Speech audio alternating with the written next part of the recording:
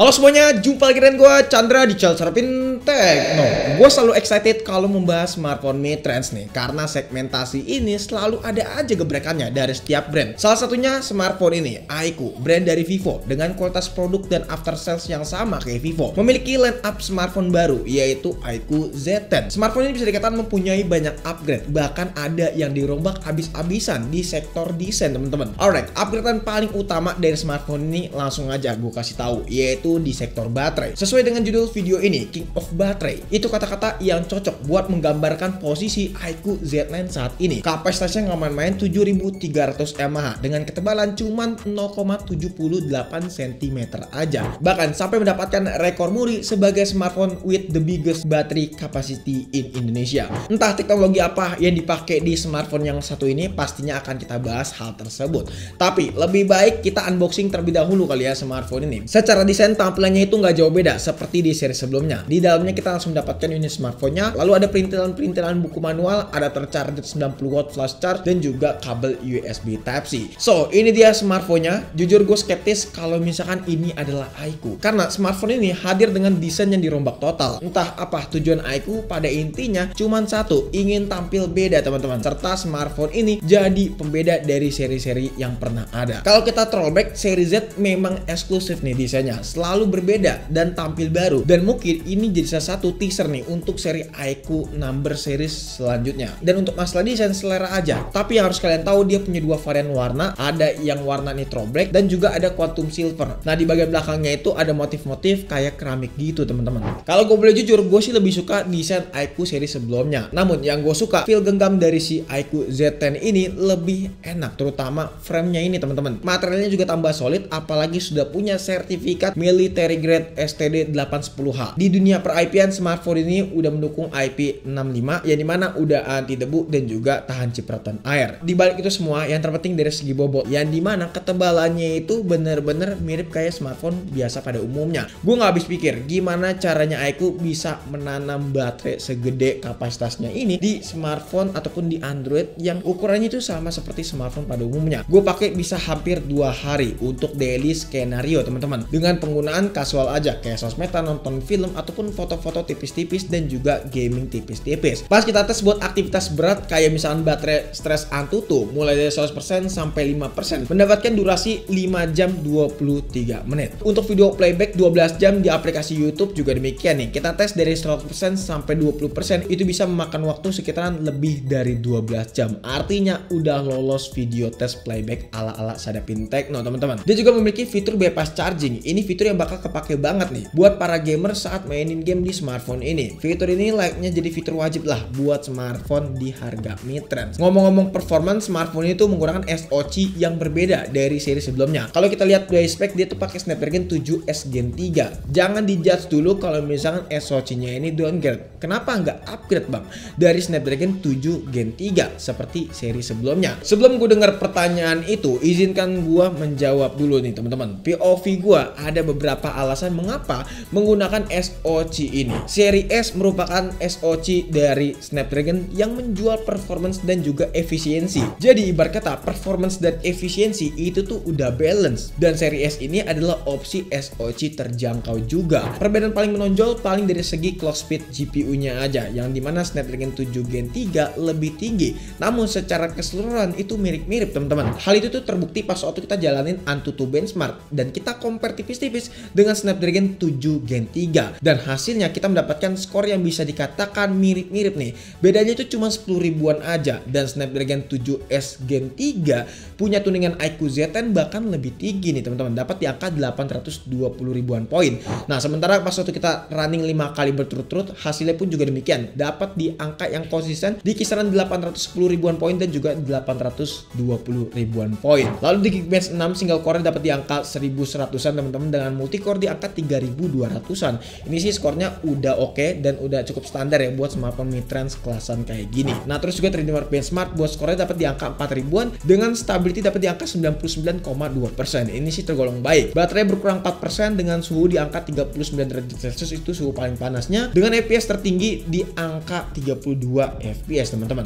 Artinya di stress test smartphone ini udah lolos. Di CPU throttling pun juga demikian. Kita tes 3 skenario di 30 menit, 45 menit dan juga 60 menit. Hal hasil mendapatkan grafik yang warna hijau. Di sini minim banget terjadi throttling dan bahkan kalau kalian perhatikan itu throttlingnya paling di angka 96%-an aja. Nah dengan temperatur yang masih adem di angka 42 derajat Celcius juga pas waktu kita geber buat CPU throttling ini. Artinya emang efisiensi dayanya itu udah maksimal banget di 7S Gen 3 ini teman-teman. Dan untuk penyebaran panas gue bisa akui nih, penyebaran panasnya itu merata ke seluruh body, tapi di bagian belakang memang nggak sama sekali panas nih. Bagian panasnya itu paling di atas logo dari iQOO-nya aja. Lalu kita tes buat gaming nih sekarang. Di sini gue coba buat main game.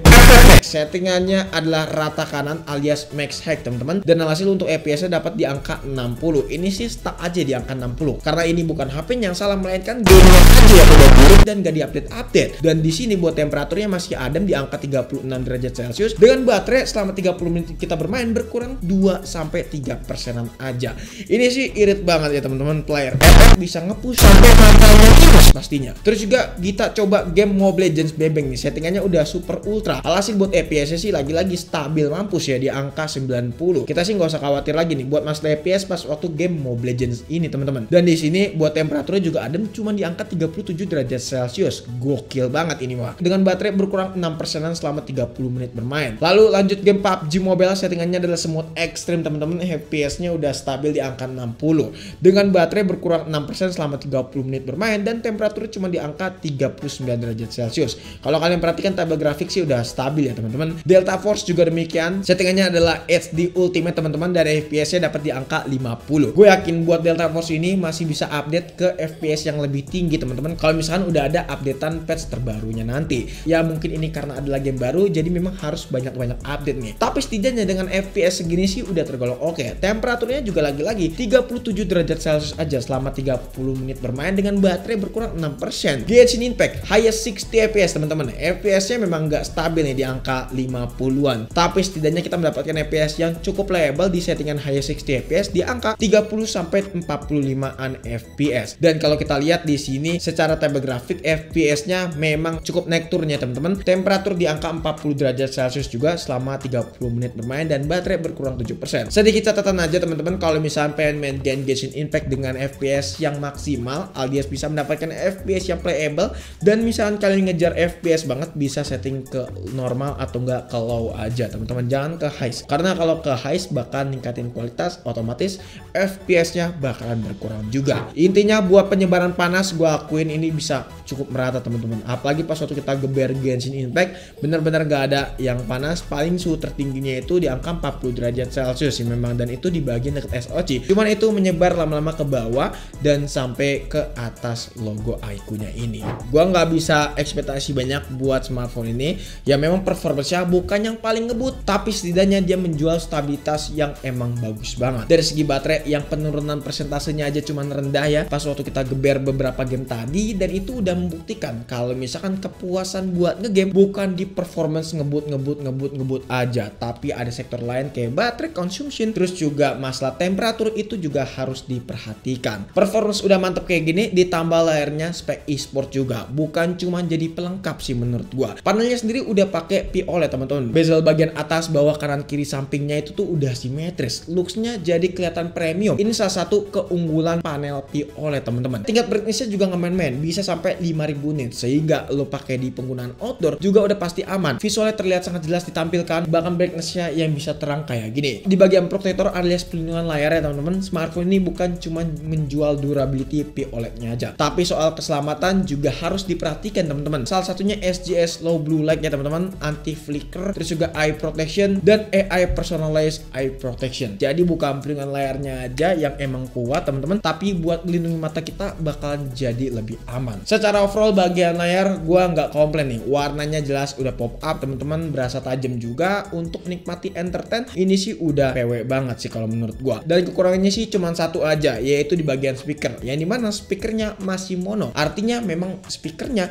smartphone itu downgrade dari yang sebelumnya pakai stereo. Di bagian kamera layoutnya berubah total nih dengan beberapa spesifikasi kamera utama kayak misalnya 50 megapiksel, sensor Sony IMX882 plus OIS juga 2 megapiksel buat kamera depth serta kamera selfie-nya yang upgrade jadi 32 megapiksel secara resolusi. Beberapa hasil foto yang gua ambil sih punya kualitas yang tergolong biasa aja buat kelas smartphone kelasan mid-range. Padahal tadinya gue bisa berekspektasi tinggi kalau misalkan iQOO Z10 ini bisa membawa DNA yang sama seperti smartphone Vivo. Namun yang bisa jadi nilai plus dari smartphone ini yaitu di sektor detail, teman-teman. Detailnya dan warna itu jadi salah satu nilai utama buat smartphone ini. Karena pas waktu kita coba satu kali dan dua kalinya punya hasil detail yang tajam, teman-teman, tanpa banyak processing. Sayangnya memang tidak ada lensa ultrawide di smartphone ini karena memang fokus iQOO Z10 bukan di sektor kamera. Dan memang kalau ada sih bakalan nice to have banget sebenarnya. Oke, ini adalah hasil perekaman kamera depan dan juga kita review kamera belakangnya sekalian ya. Resolusinya sendiri bisa 4K depan belakang. Hasilnya sih udah mantap ya buat kamera belakangnya sendiri. Stabil, udah jelas. Dan warna awannya ini kayaknya di toning gitu teman-teman. Jadi hasilnya lebih ke biru-biruan. Ya memang hari ini sih lagi trik banget sih teman. Buat record 4K aja dan itu stabil buat kamera belakang. Ya itu udah jadi big deal banget menurut gua.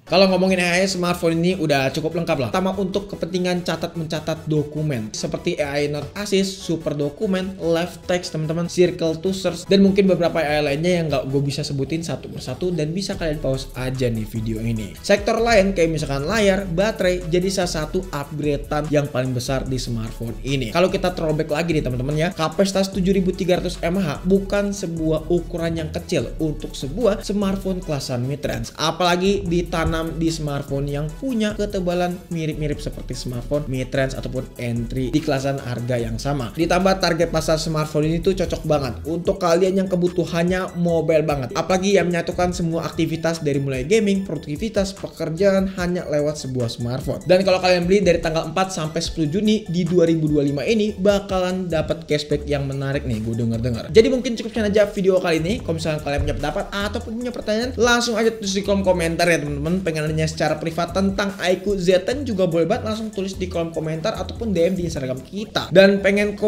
kalau misalnya pengen join ke komunitas kita juga boleh banget langsung klik link yang ada di deskripsi. Chandra pamit, sampai jumpa di video selanjutnya. Until next time, goodbye.